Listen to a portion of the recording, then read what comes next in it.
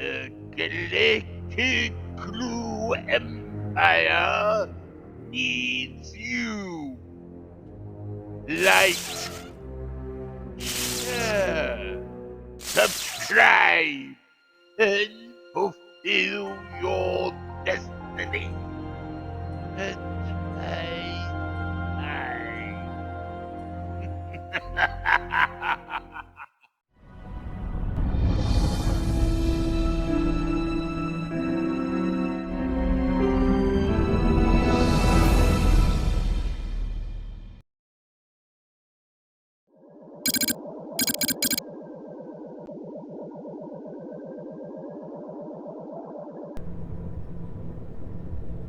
Settle down, class, settle. Everyone, please find your seat.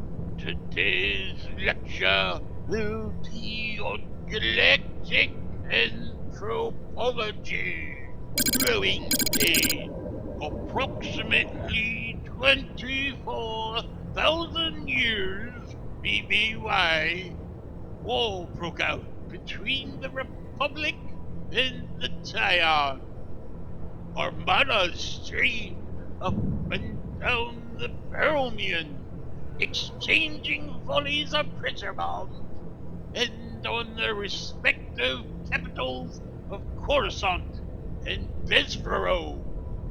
The Republic claimed victory when its agents stirred up trouble in Hutt space and steered the angry Hutts in the direction of their old foes in the Tian.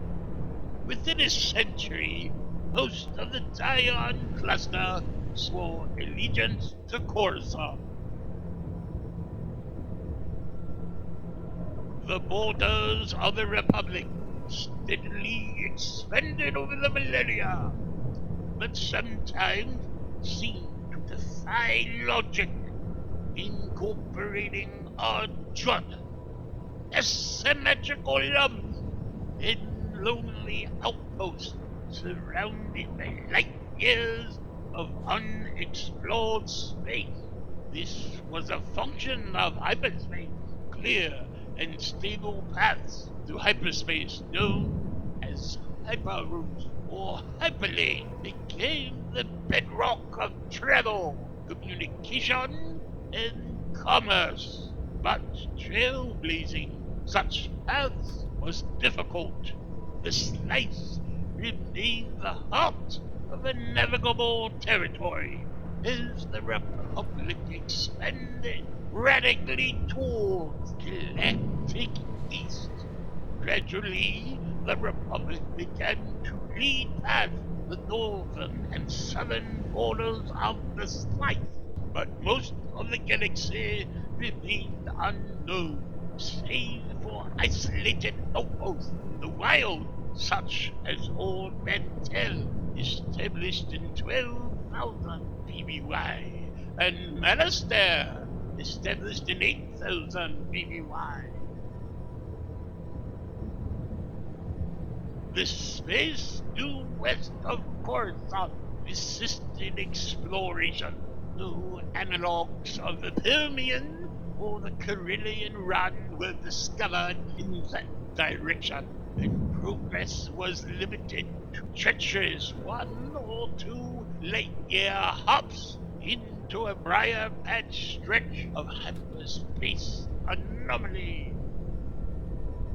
Coruscant is the heart of the Republic, or the coordinates 000 on hyperspace maps, where the first digit represented west-east, and the second north-south, and the third up-down.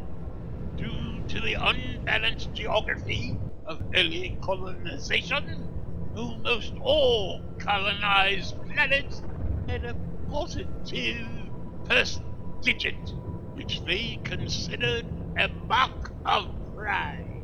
Apart from the Republic, galactic colonization occurred among the Tong exiles, who settled on a world they named Mandalore, in honor of their leader, Mandalore the First. Mandalore's warriors slaughtered the planet's mammoth mythosaurs, modifying the creature's skeletons into haunting cities of bone. The Republic's Great Manifest period, 20,000 to 17,000 BBY, marked an increased movement into the rimward territories of the Slice, which became known as the Expansion Region. The Republic's boom collapsed due to internal scuffling as the planet Osakan attempted to usurp Coruscant as the rightful galactic capital. Dueling economic and political volleys eventually led to both sides firing shots. Though falling short of a civil war, most fighting occurred between Coruscant's and Al-Sakan's holding in the Expansion region. Al-Sakan could not be brought fully to heel. 17 uprisings, collectively called the Al-Sakan conflict, would occur between 17,000 and 3,000 BBY.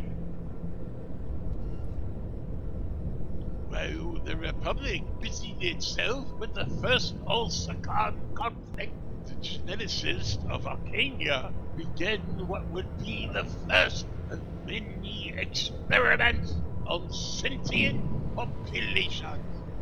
They took a sampling of 6 armed sextoads from their home world of Triankin and changed them into a new species, the Crimean, on another world.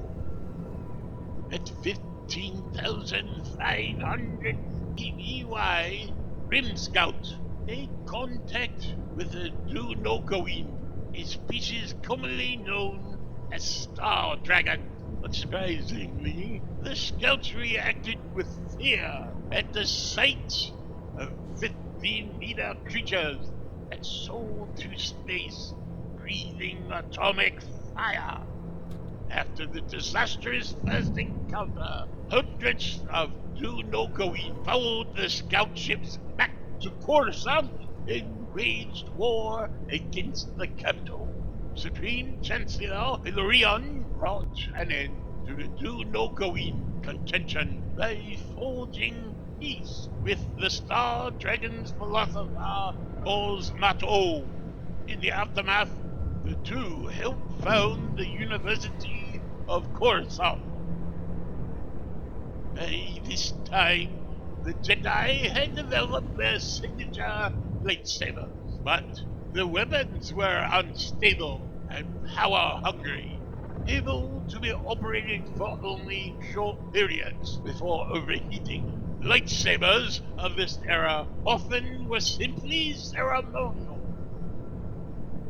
During the Pius D period, 12,000 to 11,000 BBY, the Republic came under the influence of a theocratic sect.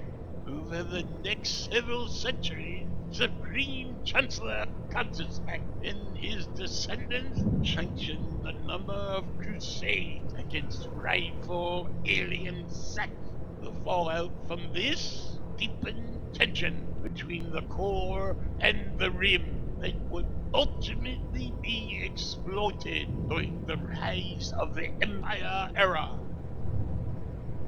The Riantis period, 9,000 to 8,000 BBY, is notable for the 275-year reign of Glottis the Hutt, who defied traditional Hutt stereotypes by becoming one of the most distinguished personages ever to hold the Chancellor's office. That's all for now.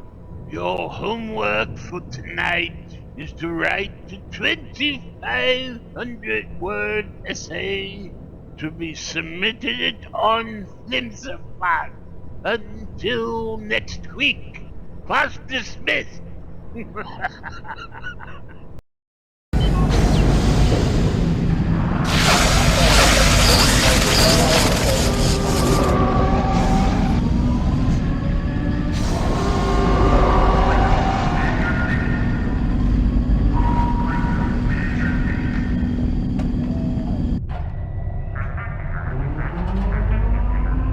shuttle landing.